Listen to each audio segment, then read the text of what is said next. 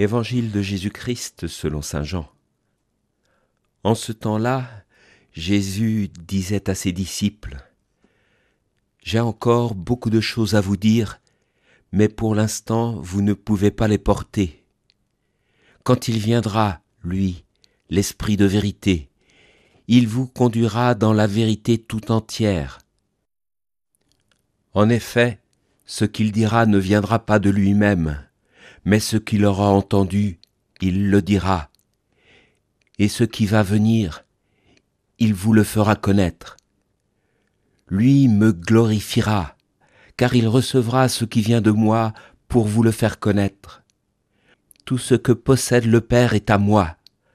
Voilà pourquoi je vous ai dit, l'Esprit reçoit ce qui vient de moi pour vous le faire connaître. » Bonjour. Cet évangile qui nous est donné d'entendre en cette solennité de la Trinité est à recevoir comme un cadeau. Il est tiré de l'évangile de Jean au chapitre 16. Jésus vient de laver les pieds de ses disciples. Judas est parti. Le climat est lourd. L'heure est grave. Jésus va être livré et condamné à mort.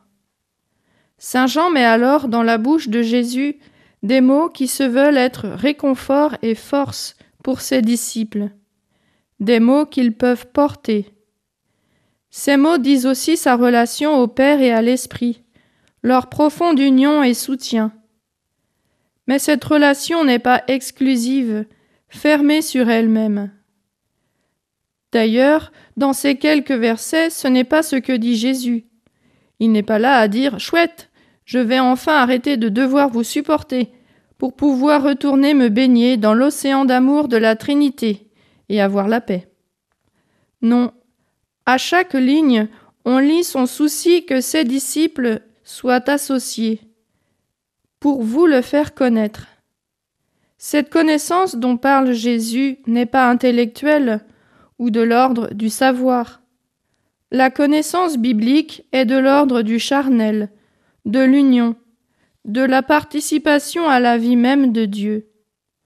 Entrer dans la vie de Dieu, c'est se laisser guider par l'Esprit, sur la voie de l'Évangile, vérité et vie, une voie ouverte par Jésus, pour la plus grande gloire du Père. Elle est écoute de l'Esprit. L'évangile du jour était commenté par une sœur Clarisse du monastère Sainte-Claire de Nantes.